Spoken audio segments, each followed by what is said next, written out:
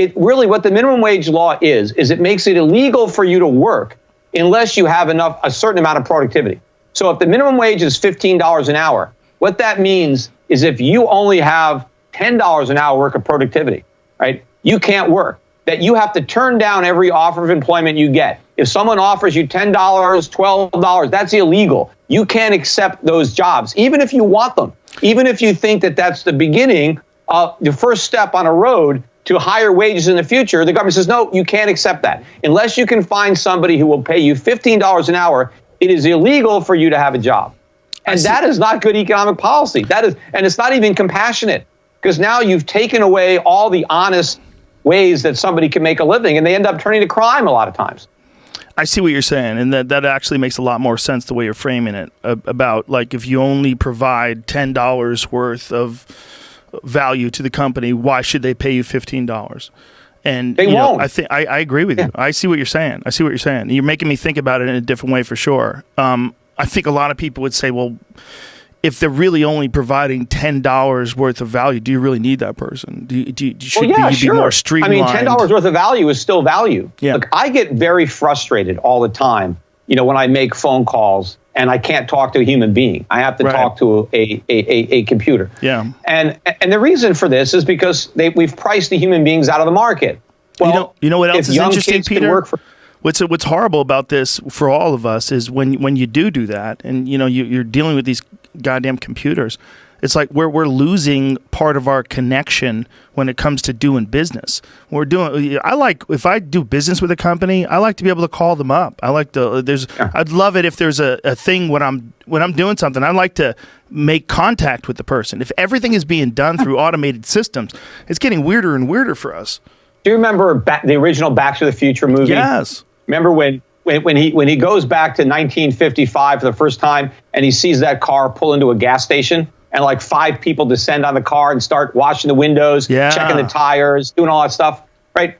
What happened to all those people, right? Because that's what gas stations were like before the minimum wage destroyed all those jobs. I had all kinds of jobs in high school. And they get to stick it in there. I think if we didn't have a minimum wage, you'd have a lot more kids working mainly for tips. I mean, we used to tip. If you remember, I'm still old enough to remember tipping the guy that pumped my gas. Yes, they check your tires, the whole deal.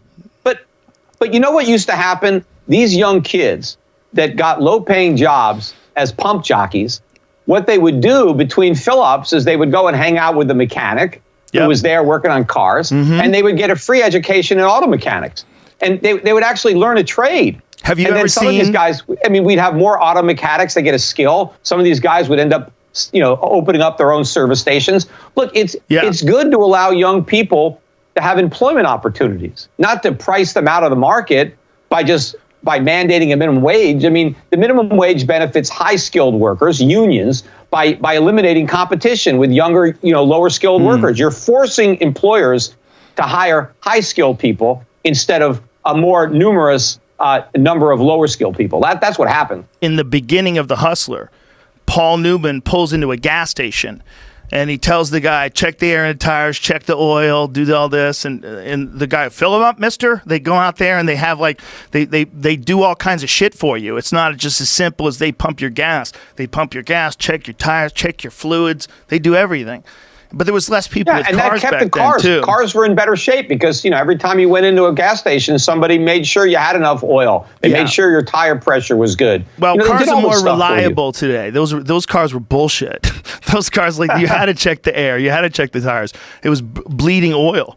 But it's just interesting to see the difference. Well, they used to have ushers in movie theaters. Yep, I remember that. They would just show you to your seat. The service sector has really been obliterated. All these low-skilled, look, they're working on these kiosks now. Look, they're going to get rid of all the workers. Anyway, ultimately, all these fast food restaurants, there's not going to be anybody there. They're all going to look like self-serve gas stations. Yeah. You're going to go in, you're going to order off your smartphone, and the food is going to, come down a chute through some machine. There's going to be nobody there. If we're evolving to the point where more people are chilling at home with Netflix, then the theaters have to evolve. I mean, and you know what? So we can use those resources. We can do other things. I mean, businesses have to find other ways to make me spend my hard-earned money at their establishment. But by the way, the example of a television set, because you hear this all the time. I mean, it's a little bit of a tangent, but it's an important topic. So the reason that I didn't buy that $10,000 TV, it wasn't because I didn't want it. It's because I couldn't afford it, right? But some people were rich enough to afford it, and they bought those TVs. And because some rich people bought those $10,000 TVs, the companies that made them got money so that they can figure out how to make them cheaper. And then the price came down to $5,000, and then more people bought them. And as more people bought them, the companies got bigger, and they invested in R&D, and they found out how to make them better and cheaper. And so the free market reduces prices. And when prices go down, we buy more stuff. But now you have all these politicians trying to sell us a bill of goods that we need inflation, that the Federal Reserve has to make sure that prices go up every year. Because if prices don't go up, they say we won't buy anything. We're all going to sit back and wait for lower prices, which is a bunch of nonsense.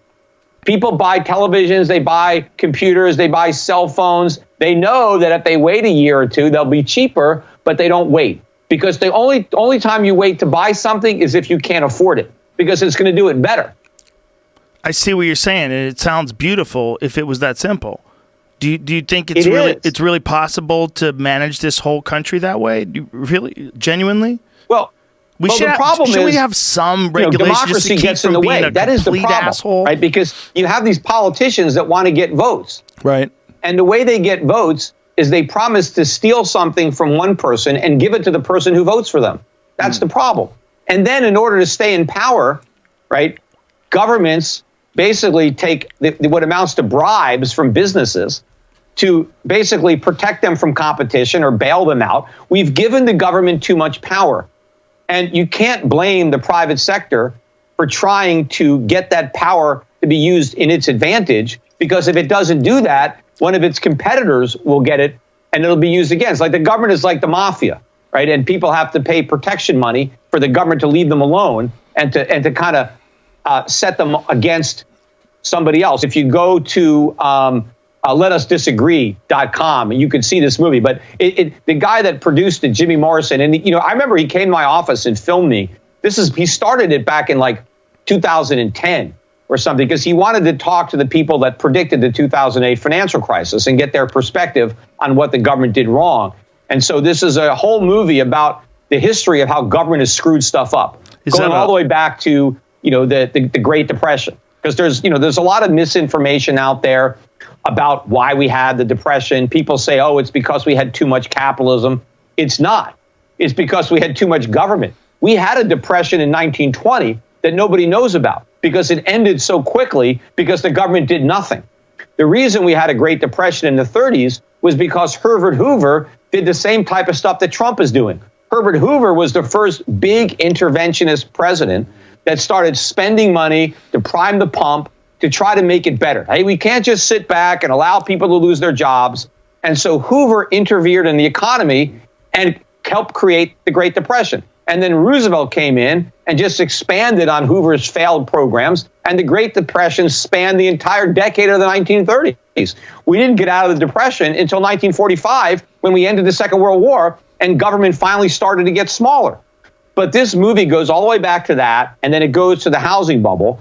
And so it's a great movie to really show how the government creates these problems with well-intentioned programs. And the sequel is about to come out, which is about the next crash, which is the one that's coming, right? And it's coming soon. And because of what we just did after COVID-19 and the mood that we're in right now, I mean, I am so terrified of what's coming in this country.